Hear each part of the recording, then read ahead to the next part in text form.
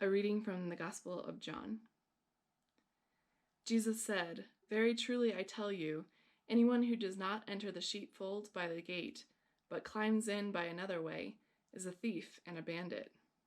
The one who enters by the gate is the shepherd of the sheep. The gatekeeper opens the gate for him, and the sheep hear his voice.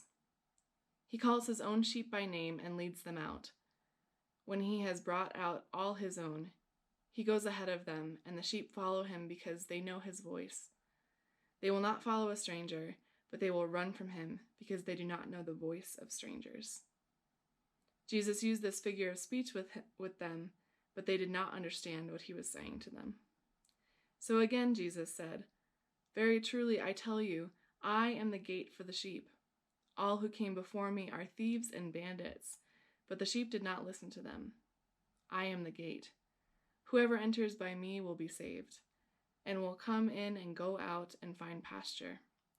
The thief comes in only to steal and destroy.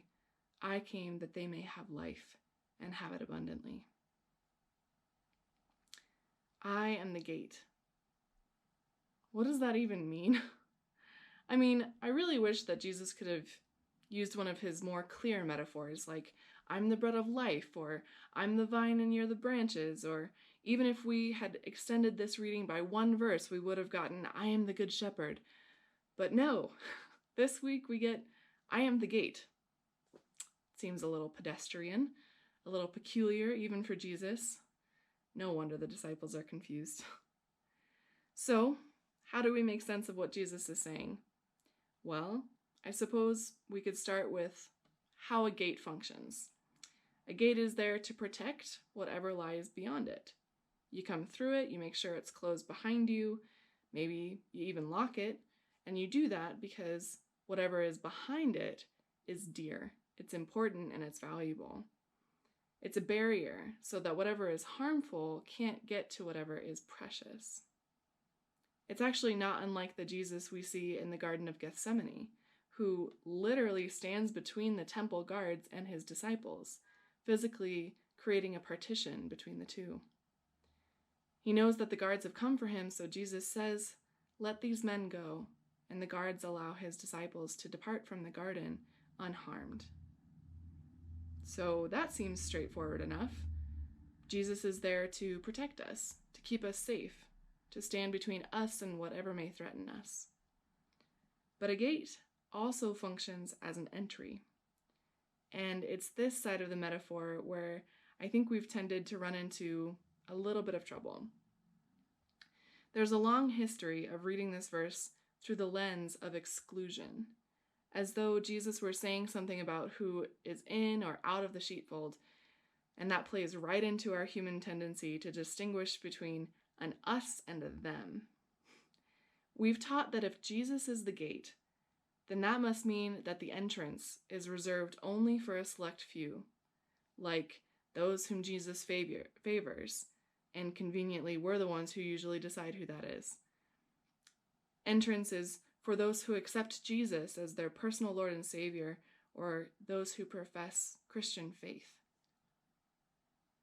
But in teaching this way, we diminish the life-giving image that Jesus is presenting us with. Because what if this metaphor isn't actually about our belief, but is about Jesus' action? Yes, I do believe that Jesus is the path by which we have access to God, but not because we believe in Jesus.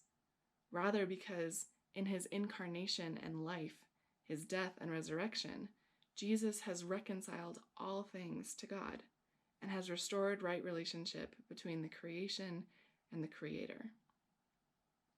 We interpret poorly if we think that this metaphor of a gated sheep pen is about a Jesus who acts as an ultra-critical gatekeeper, waiting for us to pass some kind of biblical litmus test or to prove our piety before he's going to permit us to enter.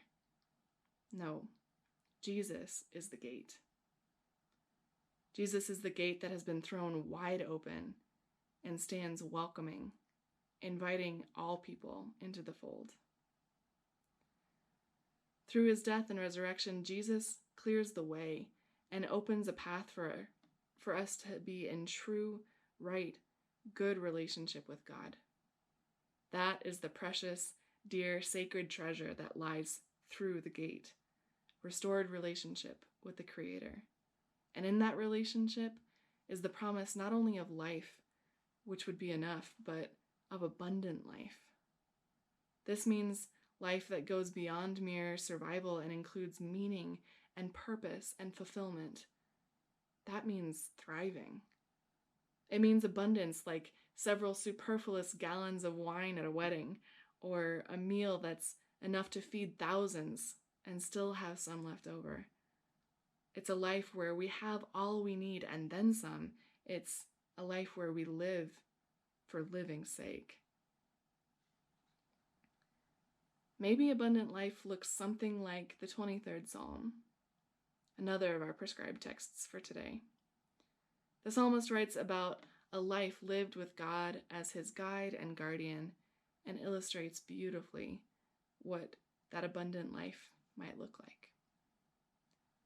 The Lord is my shepherd, I shall not want. He makes me lie down in green pastures. He leads me beside still waters. He makes me lie down. Abundant life means rest, a chance to lay down our busyness and to be still, to cease from running or chasing or doing and just try being. Even though I walk through the valley of the shadow of death, I will fear no evil, for you are with me. Abundant life means that we are never alone, that we can trust that wherever we may go, even if we find ourselves in the most dire of circumstances, God goes with us. You prepare a table before me in the presence of my enemies. You anoint my head with oil, and my cup runs over. Abundant life looks like hospitality, a banquet set before us, perhaps with some unexpected company, where time and space have been set aside for us to enjoy all that with which God has gifted us. Surely goodness and mercy will follow me all the days of my life, and I will dwell in the house of the Lord forever. Like abundance, the theme of dwelling is littered throughout the Gospel of John. The Word became flesh and dwelt among us. Dwell in me as I dwell in the Father. In my Father's house there are many dwelling places. This is what it means to be saved, redeemed, and sanctified in John's Gospel. It means that we dwell with God. God abides with us. We live out our days in relationship to a God of love and mercy and peace and grace. That is what abundant life looks like. As much as I love this passage, and as much as the image of abundant life is one I want to guide my days and order my steps, I also couldn't help but feel while writing this sermon that it's a strange time to be expressing the beauty and promise of an abundant life with God. It feels a little odd to talk about thriving when we are collectively and necessarily conscious of surviving. It feels like we've lost so much in these last 8 weeks. We've lost our sense of security and our belief in our own invincibility. Some of us have lost faith in institutions, and others have lost their battle for breath. In our attempts to halt the spread of the virus, we've lost our sense of control over our own daily activities and everyday choices that we're used to making, like when and where to leave our house. We've lost the assurance of touch, the comfort of certainty, and the excitement of making plans for the future. But in the midst of all this loss, I have to wonder if we haven't maybe also gained something. The world has slowed down a bit. Many of us have nowhere to go, and we at least have less to do, and the patterns that defined our daily living have all but disappeared. What if this is an opportunity? A much-needed pause to stop and take stock. At some point, when the danger has passed, we will again be leaving our homes for work and for school. We'll gather in groups, and the urge will be to go back to normal, to return to the way things were. But herein lies the beauty, I think. We don't actually have to do that. There is no requirement that we go back to everything as it was before the coronavirus pandemic. And it's actually kind of impossible. There's probably no going back, but that doesn't mean that the lure of the comfort that we may feel like in pretending that none of this ever happened isn't very real and very present. Journalist Julio Vincent Gambuto describes the situation in which we find ourselves this way. He writes, "What happened is inexplicably incredible. It's the greatest gift ever unwrapped. Not the deaths, not the virus, but the great pause. It is, in a word, profound. Please don't recoil from the bright light beaming through the window. I know it hurts your eyes. It hurts mine too. But the curtain is wide open. What the crisis has given us is a once-in-a-lifetime chance to see ourselves and our country in the plainest of views. At no other time ever in our lives have we gotten the opportunity to see what would happen if the world simply stopped. Here it is. We're in it. Stores are closed, restaurants are empty, streets and six-lane highways are barren. Even the planet itself is rattling less. True story. And because it is rarer than rare, it has brought to light all of the beautiful and painful truths of how we live. And that feels weird, really weird, because it has never happened before."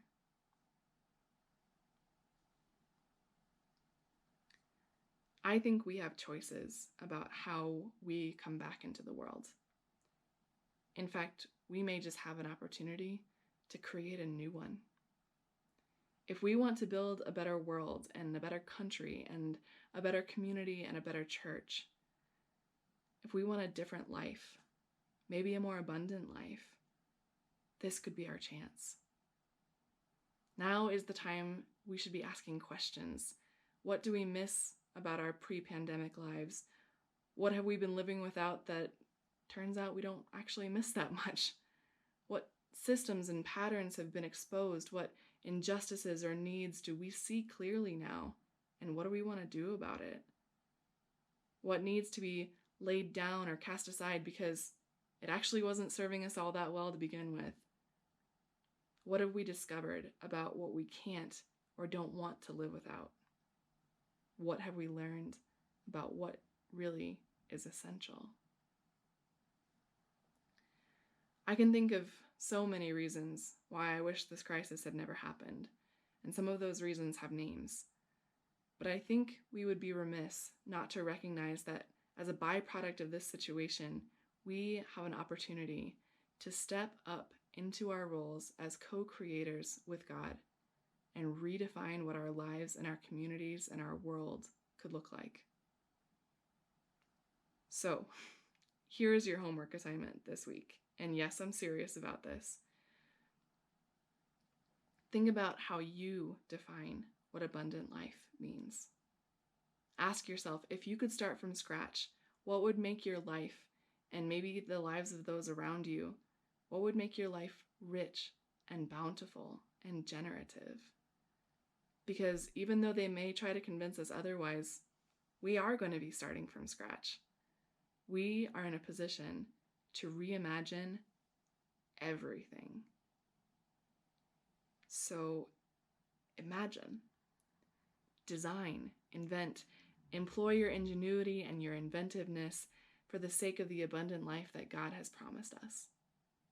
And as we begin to emerge from this great pause, let's get to work on building that abundant life, that beloved community, that promised world together. Amen.